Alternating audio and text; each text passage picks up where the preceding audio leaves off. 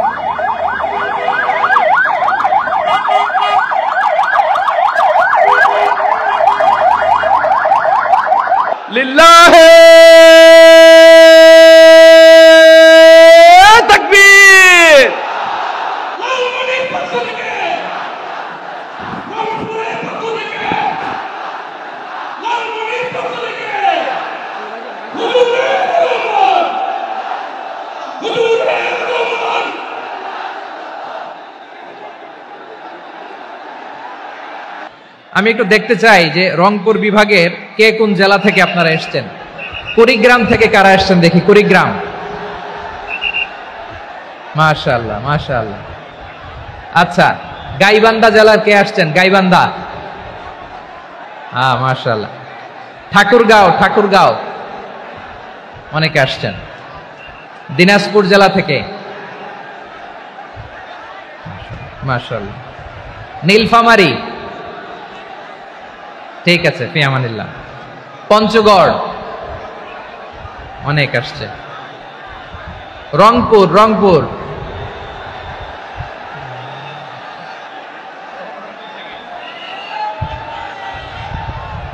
মাশাআল্লাহ, মাশাআল্লাহ, ঠিক আছে। লালমনিরহাটের কারা দেখি, লালমনিরহাট।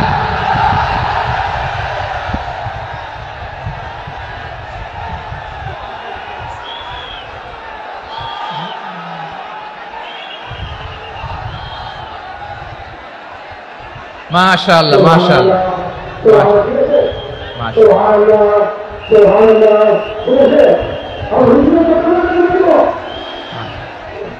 ঠিক আছে, ঠিক আছে। আচ্ছা, এই রংপুর বিভাগের বাইরে থেকে অন্য জেলার কারা কারা আসছেন দেখি? তাও আছে অনেকে, মাশাআল্লাহ, ঠিক আছে, ঠিক আছে। আজকের প্রোগ্রামে উপস্থিত আছেন প্রধান অতিথি হিসেবে অধ্যক্ষ আসাদুল হাবিব দুলু ভাই, সাংগঠনিক সম্পাদক বিএনপি, জাতীয় নির্বাহী কমিটির সভাপতি, জেলা বিএনপি লালমনিরহাট। বিশেষ অতিথি হিসেবে আমাদের অনেক ভাইরা এসছেন, সবাইকে শুকরিয়া জানাই। সভাপতিত্ব করছেন জনাব আব্দুল হাকিম। আইন শৃঙ্খলা বাহিনী, প্রশাসন, ভলান্টিয়ার্স, শুনেছি আমি প্রায় 5,000 ভলান্টিয়ার্স আপনারা নিয়োগ দিয়েছেন। আলহামদুলিল্লাহ, আলহামদুলিল্লাহ, অনেক গোছালো প্রোগ্রাম। আমার প্রাণ ঢালা ভালোবাসা জানবেন, আমার হৃদয়ের গহীন থেকে ভালোবাসা নিবেন, শুভেচ্ছা জানবেন সবাই। ঠিক আছে, ঠিক আছে। প্রিয় ভাইরা, আমরা আর কাল বিলম্ব না করে মূল আলোচনায় চলে যেতে চাই। আজকে যে টপিকের উপর আমি কথা বলবো, টপিকটা হচ্ছে peaceful coexistence and communal harmony, শান্তিপূর্ণ সহাবস্থান এবং সাম্প্রদায়িক সম্প্রীতি। আমাদের বাংলাদেশে সাম্প্রদায়িক সম্প্রীতি আছে না নাই? আবহমান কাল থেকে আমরা মুসলিম, হিন্দু, বৌদ্ধ, খ্রিস্টান, পাহাড়ি, নৃগোষ্ঠী মিলেমিশে একাকার, আমরা সবাই মিলে বাংলাদেশ। আওয়াজ করে বলেন ঠিক কিনা? আমাদের পারস্পরিক সম্প্রীতি, ভালোবাসা, সৌহার্দ্যপূর্ণ আচরণ, বোঝাপড়া, এটা বেশ মজবুত, বেশ মজবুত। তবে মাঝে মাঝে আমাদের এই সম্প্রীতির ভেতরে অনেকে ফাটল ধরাতে চায়। আমরা যে সুখে আছি, শান্তিতে আছি, এটা অনেকের ভালো লাগে না, ঠিক কিনা বলেন? আমাদের মধ্যে সাম্প্রদায়িক সম্প্রীতি, সৌহার্দ্যপূর্ণ আচরণ, ভালোবাসা, এটা আবহমান কাল ধরে আছে।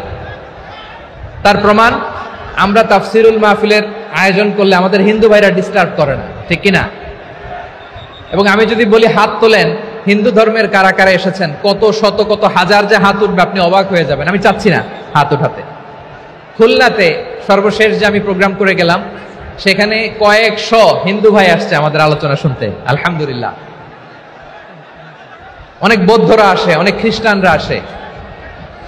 এবার সফরেও অনেক হিন্দু ভাইরা আমার সাথে দেখা করেছে, তারা বলেছে হুজুর আমরা আপনার আলোচনা শুনি, আলহামদুলিল্লাহ বলেন। So it's our responsibility to present our religion to our non-Muslim brothers and sisters. আমাদের অমুসলিম ভাই বোনদের কাছে ইসলামের সৌন্দর্য তুলে ধরা, এটা আমাদের দায়িত্ব। We all are the ambassador of Islam. আমরা প্রত্যেকে দায়িত্বশীল, আমরা প্রত্যেকে এক একজন ইসলামের অ্যাম্বাসেডর, আলহামদুলিল্লাহ বলেন। এজন্য এমন ভাবে দ্য বিউটি অফ ইসলাম, ইসলামের সৌন্দর্য আমাদেরকে ফুটিয়ে তুলতে হবে, যাতে করে নন মুসলিমরা শাহাদা পড়ে, কালিমা পড়ে মুসলমান হয়ে যায়।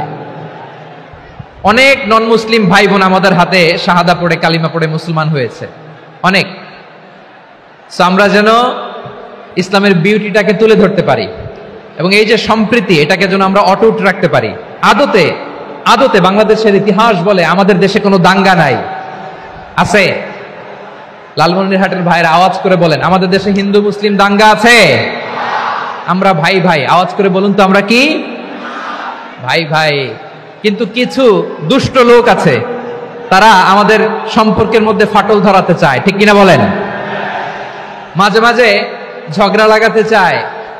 দেখবেন পত্রপত্রিকায় দেখা যায় বিভিন্ন ধর্মীয় উপাসনালয়গুলোতে হামলা চালানো হয়। এগুলো রাজনৈতিক উদ্দেশ্য প্রণোদিত, এগুলোর সাথে ইসলামের কোনো সম্পর্ক নাই। এজন্য এই দুর্বৃত্তদের ব্যাপারে আমাদের সাবধান থাকতে হবে। আমরা সবসময় যেমনি ঐক্যবদ্ধ, ইউনাইটেড, আমরা যদি এরকম ইউনাইটেড থাকি, এই সমস্ত দুর্বৃত্তদের কালো হাত ভেঙে দিতে আমাদের 1 ঘন্টাও লাগবে না। চিল্লায় বলো ঠিক কিনা? আমরা সংঘবদ্ধ থাকবো। এই যে আমাদের পিসফুল কোএক্সিস্টেন্স, শান্তিপূর্ণ সহাবস্থান। হিন্দুরা পূজা করে, যেদিন হিন্দুদের পূজা অনুষ্ঠান, আমরা ওই দিন তাফসির মাহফিল করি না, ঠিক কিনা বলেন? যেদিন আমাদের তাফসিরুল কোরআনের প্রোগ্রাম, ওই দিন আমাদের হিন্দু ভাইরা ডিস্টার্ব করে না। সুবহানাল্লাহ। হিন্দুদের পূজা অনুষ্ঠানে মাদ্রাসার ছাত্র যে পাহারা দেয়, গোটা বিশ্বে এরকম দৃষ্টান্ত নজির বিরল, ঠিক কিনা বলেন? আইন শৃঙ্খলা বাহিনীর পাশাপাশি মাদ্রাসার ছাত্ররা যে সেখানে পাহারা দেয়, গোটা পৃথিবীতে এই দৃষ্টান্ত আপনি পাবেন না। মাদ্রাসার ছাত্ররা, তারা তো কোরআনের ধারক, তারা হাদিসের ধারক, তারা কেন মন্দির পাহারা দিবে? এই সম্প্রীতিকে ধরে রাখার জন্য, এই সৌহার্দ্যকে ধরে রাখার জন্য, আমাদের পারস্পরিক ভালোবাসাকে অটুট রাখার জন্য। আওয়াজ করে বলতে হবে, ঠিক কিনা? এখন বলেন, আমাদের এই ভালোবাসা অটুট থাক, আমরা চাই কি চাই না? আমরা হিন্দু মুসলিম মিলেমিশে শান্তিপূর্ণ সহাবস্থান, সাম্প্রদায়িক সম্প্রীতি, লালমনিরহাটের ভাইয়ের আওয়াজ করে বলুন, এই সাম্প্রদায়িক সম্প্রীতি আমরা চাই কি চাই না? আল্লাহ এই দেশকে তুমি বরকতময় করো, বাংলাদেশকে তুমি শান্তিময় করো। আওয়াজ করে সবাই বলেন আমিন। এই জায়গাটাতে সামান্য একটু আওয়াজ হচ্ছিল, এটাও থেমে গেছে। আলহামদুলিল্লাহ, আলহামদুলিল্লাহ। এখন একেবারে everything is in my control. মাশাআল্লাহ। ঠিক আছে, আমি মূল আলোচনায় যাই। প্রিয় ভাইরা, আমি বলেছিলাম আমার আলোচনার বিষয় হচ্ছে শান্তিপূর্ণ সহাবস্থান, সাম্প্রদায়িক সম্প্রীতি। আমরা দেখব ইসলাম আমাদেরকে কি কি দিক নির্দেশনা দেয়। শান্ত হইতে হবে। খরগোশের কানের মতো কান দুটো আমার দিকে করে রাখেন। আমি এখনো উঠে যাব, হাত মারায় লাভ নাই, আমি উঠে যাব। তাকায় থাকো আর কান খাড়া, আওয়াজ হবে না। হ্যাঁ, মাশাআল্লাহ, মাশাআল্লাহ, ঠিক আছে। আমরা দেখব যে রাসূল সাল্লাল্লাহু আলাইহি ওয়াসাল্লাম এই পিসফুল কোএক্সিস্টেন্সের জন্য আমাদের কি শিখিয়েছেন, কি কি গাইডলাইন দিয়েছেন। আমরা 1, 2, 3, 4 করে এগুলো আপনাদের সাথে শেয়ার করব। আমি আপনাদের খেদমতে সূরাতুল আনআমের 108 নম্বর আয়াত তেলাওয়াত করেছি। এখানে আল্লাহ রাব্বুল ইজ্জা ওয়াল জালাল তিনি ইরশাদ করছেন, ওয়ালা তাসুব্বুল্লাযীনা ইয়াদউনা মিন দুনিল্লাহি ফায়াসুব্বুল্লাহা আদওয়াম বিগাইরি ইলম কাযালিকা যায়্যান্না লিকুল্লি উম্মাতিন আমালাহুম সুম্মা ইলা রাব্বিহিম মারজিউহুম ফায়ুনাব্বিউহুম বিমা কানু ইয়ামালুন। রব্বুল আলামিন বলেন, গোলাম ও আমার ইমানদার বান্দারা, শোনো শোনো, ও আমার বিশ্বাসী বান্দারা, শোনো শোনো। লা তাসুব্বুল্লাযীনা ইয়াদউনা মিন দুনিল্লাহ ফায়াসুব্বুল্লাহা আদওয়াম বিগাইরি ইলম। ও আমার বিশ্বাসী বান্দারা, যারা আল্লাহকে ব্যতি রেখে, আল্লাহকে বাদ দিয়ে অন্য উপাস্যকে ডাকে, দেবীর পূজা করে, তোমরা খবরদার তাদের গালি দিও না। আওয়াজ করে বলেন, কি দিও না? আল্লাহ বলেন, ও বিশ্বাসীরা শোনো, যারা আল্লাহকে বেছে রেখে দেবীর পূজা করে, অন্য উপাস্যের পূজা করে, তাদেরকে ডাকে, ওই দেবতাদেরকে তোমরা গালি দিও না। যদি ওই দেবতাদেরকে গালি দাও, তাহলে ভুলবশত, শত্রুতাবশত তারা তোমাদের রব আল্লাহকে গালি দেবে, ঠিক কি না? তোমরা যদি তাদের দেবতাদের গালি দাও, ওরা রেগে তোমার আল্লাহরে গালি দিবে, তাহলে আল্লাহরে গালি খাওয়ানোর কারণ হয়ে গেলাম আমি, ঠিক কি না? বলেন।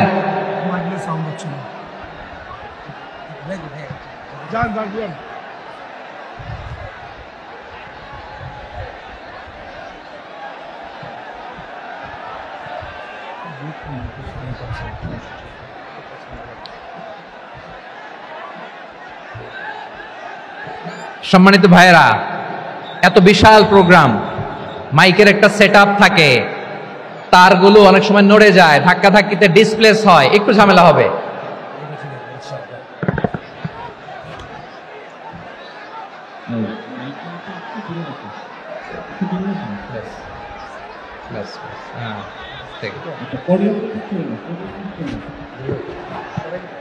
ঠিক আছে, একটু একটু সমস্যা হবে মাঝে মাঝে। আপনারা শান্ত থাকলে, শান্ত থাকতে হবে। এইভাবে সাউন্ড নাই, এই নাই, এই বলতে বলতে আমার সময়ও নাই, উঠে যেতে হবে, এগুলো বোকামি। এই বিভাগীয় প্রোগ্রামগুলোতে যাই, চিৎকার চেঁচামেচি করে তোমরা আসো, সময় শেষ, আমাকে উঠে যেতে হয়। আমরা তো বঞ্চিত হলাম। গুরুত্বপূর্ণ অনেক কথা শোনাবো তোমাদের, অনেক। প্রিয় ভাইরা, আপনারা শান্ত হয়ে বসুন, শান্ত হয়ে। রব্বুল আলামিন বলেন, খবরদার বিশ্বাসীরা, আল্লাহ ছাড়া যারা অন্যান্য উপাস্যদেরকে ডাকে, দেবতাদেরকে ডাকে, তাদেরকে তোমরা গালি দিও না। ওই সমস্ত দেবতাদেরকে যদি তোমরা গালি দাও তাহলে তারা আল্লাহকে গালি দিবে, ঠিক কিনা বলেন? আমরা দেবতাদের গালি দিলে ওরা আল্লাহকে গালি দিবে। রব্বুল আলামিন বলেন, খবরদার দেবতাদেরকে গালি দিও না, তাহলে ওরা তোমার রব আল্লাহরে গালি দেবে। প্রতিটি জাতির জন্য তাদের কাজকে আমি আল্লাহ সুশোভিত করে রেখেছি, তারা সবাই একদিন আমার কাছেই ফিরে আসবে। এরপর আমি রব্বুল আলামিন তাদের আমলনামা তাদেরকে জানিয়ে দেব। সুবহানাল্লাহ পড়ে। প্রিয় ভাইরা, আল্লাহ তাআলা বলেছেন খবরদার গালি দিও না। আদেশটা কার? আওয়াজ করে বলেন তো। হিন্দুদের দেবতা দেবদেবীদেরকে গালি দেওয়া যাবে না। আওয়াজ করে বলুন প্রিয় ভাইরা, এই আদেশটা কার? এই আপনাদের গলার আওয়াজ। অন্য ধর্মের দেবতাদেরকে যে গালি দেওয়া যাবে না, এই আদেশটা কার? আরো জোরে বলুন, কার? গালি দিবেন কোন দেবতাকে? দিবেন? যদি দেন তাহলে ওরা আল্লাহরে গালি দিবে। তাহলে আল্লাহরে গালি খাওয়াইলো কে? আপনি, ঠিক কিনা বলেন? আমি আল্লাহকে গালি খাওয়ানোর কারণ হলাম, কারণ আমি যদি গালি না দিতাম ওরা আমার রবকে গালি দিত না। আওয়াজ করে বলেন ঠিক কিনা? তাহলে প্রিয় ভাইয়েরা, ইসলাম আমাদেরকে শিখায়, সূরাতুল আনআমের 108 নম্বর আয়াত থেকে আমরা বুঝলাম কোন ধর্মকে ছোট করা যাবে না। অন্য ধর্মকে ছোট করা মানে ইসলামকে ছোট করা। অন্য ধর্মের দেবতাকে গালি দেওয়া মানে আল্লাহকে গালি খাওয়ানো। আওয়াজ করে বলেন ঠিক কিনা? খবরদার, এটা করা যাবে না। আর অন্য ধর্মের দেবতাকে যদি আপনি গালি দেন, ওরা ইসলাম থেকে দূরে সরে যাবে। যাও ইসলামের প্রতি আকৃষ্ট হয়েছিল আর কোনোদিন ইসলামের ধারে কাছে আসবে না। আওয়াজ করে বলেন ঠিক কিনা? এজন্য কখনো কোনোদিন অন্য ধর্মের দেবতাদেরকে গালি দেওয়া যাবে না। অন্য ধর্মের কোন দেবতাদেরকে আমরা গালি দিব না, গালি দিব না, বরং ইসলামের beauty, the beauty of Islam, ইসলামের সৌন্দর্যকে আমরা তুলে ধরব। আমরা যদি বিশ্বনবী সাল্লাল্লাহু আলাইহি ওয়াসাল্লামের জীবনের দিকে তাকাই, তাহলে আমি দেখব বিষ্ণু ইসলাম মক্কাতে কিংবা মদিনাতে অন্য ধর্মের লোকদের সাথে খুব পিসফুলি লাইফ লিড করেছেন। হোক মুশরিক, হোক খ্রিস্টান, হোক ইহুদি, বিশ্বনবী সবার সাথে মিলেমিশে ছিলেন। আলহামদুলিল্লাহ বলেন। ইসলাম হচ্ছে পিসফুল রিলিজিয়ান। অন্য ধর্মের প্রতি সহনশীলতার সবক ইসলাম আমাদেরকে দেয়। কিন্তু প্রতিটি মুসলিমের এটা মনে রাখতে হবে, আল্লাহর কাছে পছন্দনীয় গ্রহণযোগ্য ধর্ম, জীবনাদর্শ একটি, সেটা হচ্ছে ইসলাম। আওয়াজ করে বলেন সেটা কি? লালমনিরহাটের ভাইয়েরা আওয়াজ করে বলুন, আল্লাহর কাছে মনোনীত ধর্ম একটি, সেটা কি? এজন্য রব্বুল আলামিন বলেন, ইন্নাদ-দীনা ইনদাল্লাহিল ইসলাম, আল্লাহর কাছে মনোনীত গ্রহণযোগ্য অ্যাকসেপ্টেড ধর্ম মতাদর্শ একটা, সেটা হলো ইসলাম। ইসলাম ছাড়া অন্য কোন ধর্ম যদি কেউ তালাশ করে, তার ওই ধর্ম আল্লাহ গ্রহণ করবে না। ওমাই ইয়াবতাগি গায়রাল ইসলামি দীনান ফালাই ইউকবালা মিন ওয়া হুয়া ফিল আখিরাতি মিনাল খাসিরিন।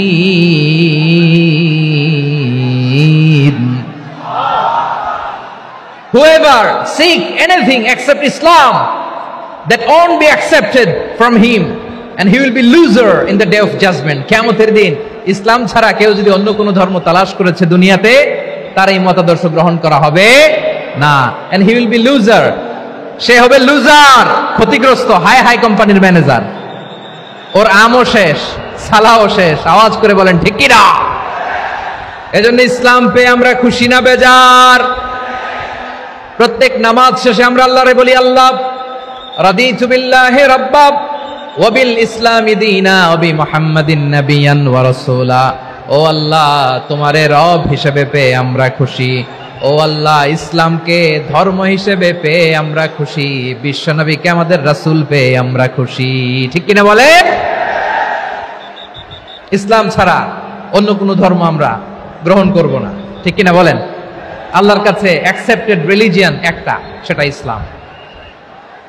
তো বিশ্বনবী সাল্লাল্লাহু আলাইহি ওয়াসাল্লাম মক্কাতে কিংবা মদিনাতে খুব পিসফুলি এক্সিস্ট করেছেন, যে কোনো ধর্মের সাথে মিলেমিশে চলেছেন। তার প্রমাণ আমরা যদি রাসূল সাল্লাল্লাহু আলাইহি ওয়াসাল্লামের বায়োগ্রাফির দিকে তাকাই, তাহলে দেখব তিনি মুশরিকদের সাথে পিস ট্রিটি করেছেন, শান্তি চুক্তি, পিস ট্রিটি, পিস এগ্রিমেন্ট। আপনারা হুদাইবিয়ার সন্ধির নাম শুনেছেন?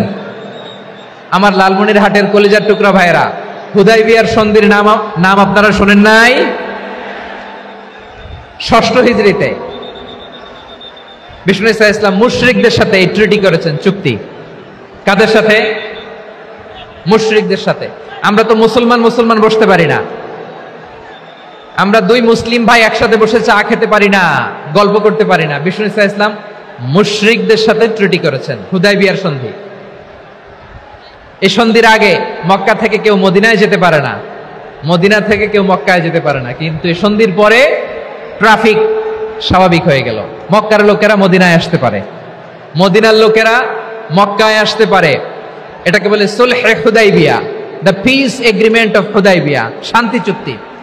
আমরা পৃথিবীতে এখন অনেক শান্তি চুক্তির নাম শুনি, এগুলো সব the piece treaty of Hudaibiya থেকে কপি করা। আল্লাহু আকবার। তাহলে বিশ্বনবী সাল্লাল্লাহু আলাইহি সাল্লাম তিনি যে শান্তিপূর্ণ সহাবস্থানে বিশ্বাসী ছিলেন, মুসলমানেরা যে অন্য ধর্মের প্রতি সহনশীল, তার প্রমাণ হচ্ছে এই পিস ট্রিটি। শুধু তাই নয়, মাইকের সাউন্ডটা একটু বাড়াই দিতে হবে, খুব দুর্বল, একটু মজবুত করতে হবে, আর একটু ক্লিন করতে হবে, আর সবগুলা জায়গায় সাউন্ড যাচ্ছে কিনা একটু ক্রস চেক করতে হবে। হ্যাঁ, পাবেন দিচ্ছে mic operator, he is trying his level best, দিচ্ছে। মাইক অপারেটর যিনি আছেন, প্রতিটি জায়গায় প্রতিটি সাউন্ড বক্সে যেন আওয়াজ পাওয়া যায়, একটু ক্রস চেক করেন, সাউন্ডটাকে একটু স্ট্রং করে দেন। হ্যাঁ, ঠিক আছে, মাশাআল্লাহ। এদিকে তাকান, এদিকে।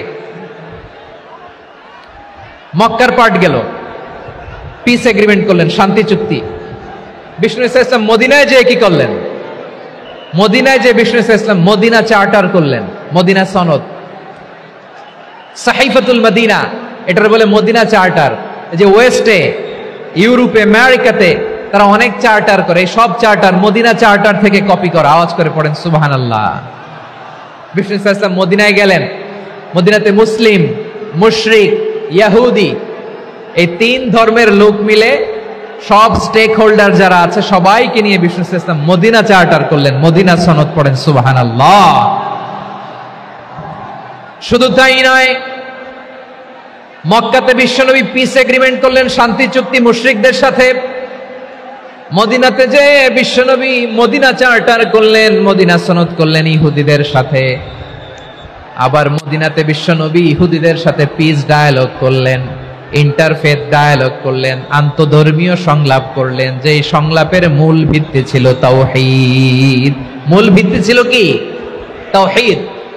বিশ্বনবী ইহুদিদেরকে ডাকলেন, আহ্বান করলেন, কুল ইয়া আহলাল কিতাবি তাআলাউ ইলা কালিমাতিন সাওয়াইন বাইনানা ওয়া বাইনাকুম আল্লা না'বুদা ইল্লাল্লাহ ওয়া লা নুশরিকা বিহি শাইআন ওয়া লা ইয়াত্তাখিযা বা'দুনা বা'দান আরবাবাম মিন দুনিল্লাহ فإن تولوا فقولوا اشهدوا بأننا مسلمون সুবহানাল্লাহ পড়েন। বিশ্বনবী মদিনার ইহুদিদের ডেকে বললেন, ও ইহুদিরা, শোনো শোনো, আসো এমন একটা আদর্শের প্রশ্নে আমরা একত্রিত হই, যে আদর্শের প্রচার তোমাদের নবীরাও করেছে, আমিও করি, যে আদর্শের কথা তোমাদের পবিত্র ধর্মগ্রন্থগুলোতে আছে, আমার কোরআনেও আছে। সেটা হলো তাওহীদ। আমরা এক আল্লাহ ছাড়া কারো ইবাদত করব না, আল্লাহর সাথে কাউরে শরীক করব না, আল্লাহ ছাড়া কাউরে রব মানব না। পড়েন সুবহানাল্লাহ। তাহলে আমার প্রিয় লালমনিরহাটের ভাইরা, মদিনাতে যে তিনি মদিনা চার্টার করলেন, মদিনা সনদ, পিস ডায়ালগ করলেন, শান্তির সংলাপ, ইন্টারফেথ ডায়ালগ করলেন, আন্তধর্মীয় সংলাপ, যার ভিত্তি ছিল তাওহীদ। সুবহানাল্লাহ পড়েন। তাহলে অন্য ধর্মের প্রতি সব সময় ইসলাম সহনশীল, টলারেন্স। যদি আপনি দেখতে চান ইসলামের নবী বিশ্ব নবীর দিকে তাকান, ঠিক কিনা বলেন? আমরা তো সংখ্যালঘুদের রাইটস প্রোটেক্ট করার জন্য কত আইন বানাই, কত বৈঠক করি, কত সংবাদ সম্মেলন করি, বিষ্ণু সাল্লাল্লাহু আলাইহি ওয়াসাল্লাম সংখ্যালঘুদের রাইটসের ব্যাপারে, অধিকারের ব্যাপারে যে কথা বলেছেন, শুনলে আপনি অবাক হয়ে যাবেন। বিশ্বনবী বলেন, আলা মান যালামা মুআহাদান আও ইনতাকাসাহু আও কাল্লাফাহু ফাওকা তাআতিহি আও কাল্লাফাহু ফাওকা তাকাতিহি আও আখাযা মিনহু শাইআন বিগাইরি তিবি নাফসিন ওয়া আনা হাজিজুহু ইয়াউমাল কিয়ামা। খবরদার, জেনে রাখো, কেউ যদি কোনো সংখ্যালঘুর উপরে অত্যাচার করে, কোনো সংখ্যালঘুর প্রাপ্য থেকে যদি কেউ কাউকে ঠকায়, সংখ্যালঘুর উপর যদি কেউ কষ্ট দেয়, কোনো সংখ্যালঘুর সম্পদ যদি কেউ জোর করে কেড়ে নেয়, আমি কিয়ামতের দিন বিশ্বনবী ওই সংখ্যালঘুর পক্ষে আর ওই মুসলমানদের বিপক্ষে বাদী হয়ে দাঁড়াবো। সুবহানাল্লাহ বলতে পারলেন না? আল্লাহু আকবার। আপনি নামাজি, আপনি মুসল্লি, আপনি হাজী সাহেব, তাহাজ্জুদ পড়তে পড়তে কপালে দাগ ফেলে দিছেন, আপনার প্রতিবেশী হিন্দু, ভাবছেন আমার তো পাওয়ার আছে, ওর জমিটা দখল করি। বিশ্বনবী বলেন, কিয়ামতের দিন ওই হিন্দুর পক্ষে তোর বিরুদ্ধে আমি বাদী হয়ে দাঁড়াবো। পৃথিবীর কোন ধর্মে এরকম স্টেটমেন্ট পাবেন? পাবেন? আপনি ভাবছেন আপনি নামাজ পড়লে হাজী সাহেব কপালে দাগ ফেলায় দিলে আপনি সেলসালায় জান্নাতে চলে যাবেন না? খবরদার। বিশ্বনবী বলেন, কোন সংখ্যালঘুর উপর যদি কেউ আক্রমণ করে, তার প্রাপ্য তাকে না দিয়ে যদি তাকে ঠকায়, তার উপর জুলুম করে, তার সম্পদ যদি কেড়ে নেয়, আমি নবী, তুমি মুসলিম হইতে পারো, মুসল্লি হইতে পারো, তার পক্ষে তোমার বিপক্ষে আল্লাহর দরবারে বাদী হয়ে দাঁড়াবো। আচ্ছা লালমনিরহাটের ভাইরা, কথা বুঝতে পারলে আওয়াজ করে উত্তর দেন। বিশ্বনবী যদি কারো বিপক্ষে দাঁড়ায় কিয়ামতের দিন, আই রিপিট, আমি আবারও বলছি, বিশ্বনবী যদি কিয়ামতের দিন কারো বিপক্ষে দাঁড়ায়, ও তো সেলসালায়া জান্নাতি, তাই না? জান্নাতি না? যে নবীর সুপারিশ ছাড়া জান্নাতের গেটও দেখা যাবে না, ওই নবী যদি বলে তোর বিপক্ষে আমি বাদী হয়ে দাঁড়াবো, ওই জান্নাতে আর ঢোকার কোনো সুযোগ আমাদের থাকবে? এখানেই শেষ না আমার প্রিয় লালমনিরহাটের ভাইয়েরা, এখানেই শেষ নয়। বিশ্বনবী বলেন, মান কাতালা মুআহাদান, বুখারীর বর্ণনা, মান কাতালা মুআহাদান লাম ইয়ারাহ রাইহাতাল জান্নাহ। কেউ যদি, কোন মুসলিম যদি অন্যায়ভাবে কোনো সংখ্যালঘুকে হত্যা করে, কোনো হিন্দুকে হত্যা করে, কোনো বৌদ্ধরে হত্যা করে, অন্যায়ভাবে কোনো মুসলিম যদি কোনো সংখ্যালঘুরে হত্যা করে, জান্নাতে যাওয়া তো দূরের কথা, ওই মুসলিম জান্নাতের ঘ্রাণও পাবে না। সেই বুখারীর বর্ণনা, মান খাতালা মুআহাদান লাম ইয়ারাহ রাইহাতাল জান্নাহ ওয়া ইন্না রিহাহা লা ইউজাদু মিন মাসিরাতি 40 আমা। যে জান্নাতের ঘ্রাণ 40 বছর দূরের রাস্তা থেকেই পাওয়া যায়। সুবহানাল্লাহ পড়েন। প্রিয় ভাইরা, এখান থেকে জান্নাতে পৌঁছতে লাগবে 40 বছর। এত দূর, কত বছর? সবাই বলেন, কত বছর? এখান থেকে জান্নাতে পৌঁছতে লাগবে 40 বছর। এত দূরে থাকতেই জান্নাতের ঘ্রাণ আপনার নাকে এসে ধাক্কা মারবে। বিষ্ণুই বলেন, যে ব্যক্তি কোন সংখ্যালঘুকে হত্যা করে, জান্নাতের ঘ্রাণ তো পাবেই, জান্নাতে তো ঢুকতে পারবেই না, জান্নাতের ঘ্রাণও তার নাকে লাগবে না। পড়েন না আউযুবিল্লাহ। তাহলে সংখ্যালঘুদের ব্যাপারে ইসলামে অধিকার দেয়া আছে না নাই? লালমনিরহাটের ভাইয়ের আওয়াজ করে বলেন, আমার সংখ্যালঘু হিন্দু ভাইদের রাইটস, অধিকার আমাদের ইসলামে প্রোটেক্টেড আছে না নাই? এখানেই শেষ না। বিষ্ণু ইসলাম আপনার অমুসলিম প্রতিবেশীর সাথে ভালো আচরণ করতে বলেছে। আমাদের হয় না এটা মুসলিম পাড়া, ওটা বৌদ্ধ পাড়া, হয় না? অনেক সময় হয় না এটা আমাদের মুসলিম পাড়া, ওইটা হিন্দু পাড়া, এরকম আছে না নাই? লালমনিরহাটে নাই না? আছে? হিন্দু যদি আপনার প্রতিবেশী হয় কি করবেন? ওর কষ্ট দিবেন নাকি? কেন, ও তো হিন্দু, ও তো আমার আল্লাহরে ডাকে না, ওরে কষ্ট দিলে জায়েজ হবে না? খবরদার। বিষ্ণু ইসলাম বলেন, মান কানা ইউমিনু বিল্লাহ ওয়াল ইয়াউমিল আখির ফালিউকরিম জারাহ। যে আল্লাহ বিশ্বাস করে আর আখিরাতে বিশ্বাস করে, সেজন্য প্রতিবেশীর সাথে ভালো আচরণ করে। সুবহানাল্লাহ। কলিজা জুড়ায় যায় না আমার নবীর কথাগুলো শুনলে? যে আল্লাহ বিশ্বাস করে, যে আখিরাতে বিশ্বাস করে, সেজন্য প্রতিবেশীর সাথে ভালো আচরণ করে। এখানে বলছে মুসলিম প্রতিবেশী, বলছে নামাজি প্রতিবেশী, বলছে আল্লাহওয়ালা প্রতিবেশী, বলছে না। প্রতিবেশী আস্তিক হোক নাস্তিক হোক, প্রতিবেশী মুমিন হোক মুশরিক হোক, প্রতিবেশী হইলেই তার সাথে ভালো আচরণের দরকার আছে না নাই? আমার প্রিয় লালমনিরহাটের ভাইরা, বিষ্ণু ইসা ইসলাম ওনার ইহুদি প্রতিবেশীদের দেখাশোনা করতেন। আওয়াজ না শোনা যাক, আমারও তো দেখা যায়, তাকায় থাকেন, তাকায় থাকলে সওয়াব হবে।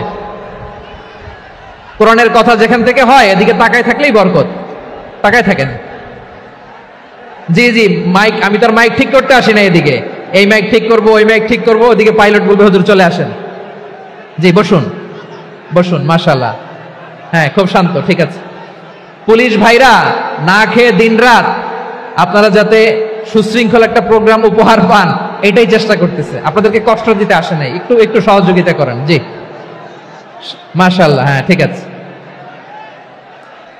আমার প্রিয় ভাইরা, প্রতিবেশী আস্তিক হোক নাস্তিক হোক, মুসলিম হোক হিন্দু হোক, তার সাথে ভালো আচরণ করতে হবে। বিষ্ণু ইসা ইসলাম ওনার ইহুদি প্রতিবেশীর বাসায় যেতেন। কোন প্রতিবেশী? ইহুদি। আওয়াজ করে বলেন, কোন প্রতিবেশী? ইহুদি। এক ইহুদি কিশোর বিষ্ণু ইসা ইসলামের খেদমত করতে, ইহুদি ছেলে আমার নবীর খেদমত করতো, তারা ছিল নবীর প্রতিবেশী। তো অনেক দিন হয় ইহুদি ছেলেটা আসে না। বিষ্ণুনবী খোঁজ দিলেন, ঘটনা কি? একটা ইহুদি ছেলে না আমার খেদমতে আসতো, ছেলেটা কই?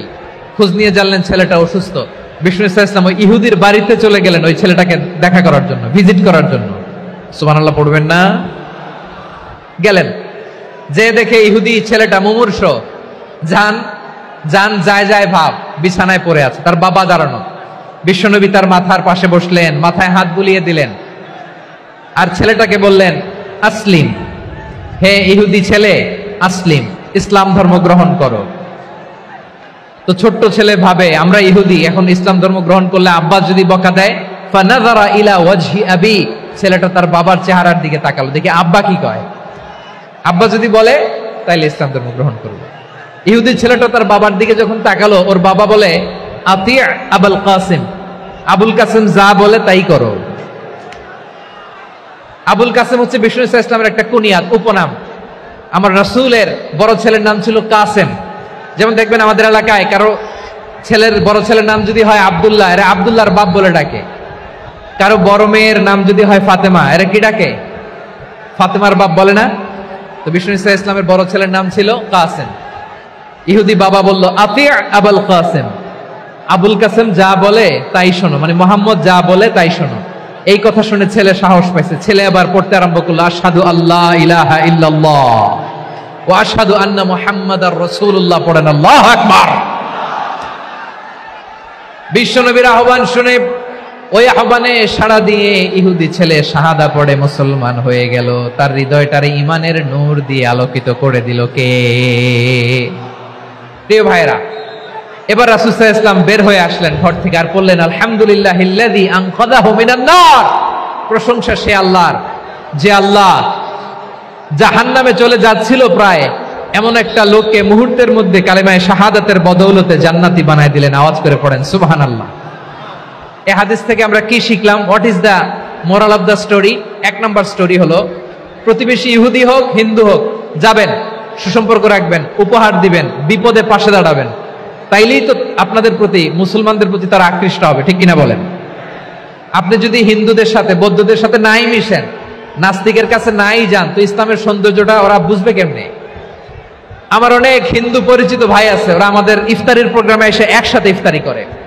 অনেক মদখোর আমার সাথে বসে একসাথে ডিনার করে, হাফ প্যান্ট পরা, গলায় স্বর্ণের চেইন, হাতে স্বর্ণের ব্রেসলেট, আইসা আমার সাথে ডিনার করছে, আছে এরকম।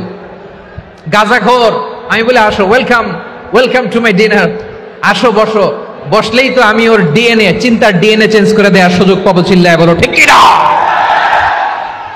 আসতে হবে আমার কাছে। Hour door is open, the door of Islam is open 24/7। সব সময় আমাদের ইসলামের দরজা আমার অমুসলিম ভাইদের জন্য খোলা আছে না নেই? এই হাদিস থেকে দুইটা শিক্ষা। এক নম্বর শিক্ষা, প্রতিবেশী মুসলিম হোক অমুসলিম হোক, যান, অসুস্থ হইলে একটু আপেল নিয়ে যান, আঙ্গুর নিয়ে যান, কমলা নিয়ে যান, তাদের সাথে ভালো আচরণ করেন। ইসলামের বিউটি দেখে, সৌন্দর্য দেখে অবাক হবে, নসিব ভালো হলে কোনোদিন কালিমা পড়ে মুসলমান হয়ে যাবে, ঠিক কিনা বলেন?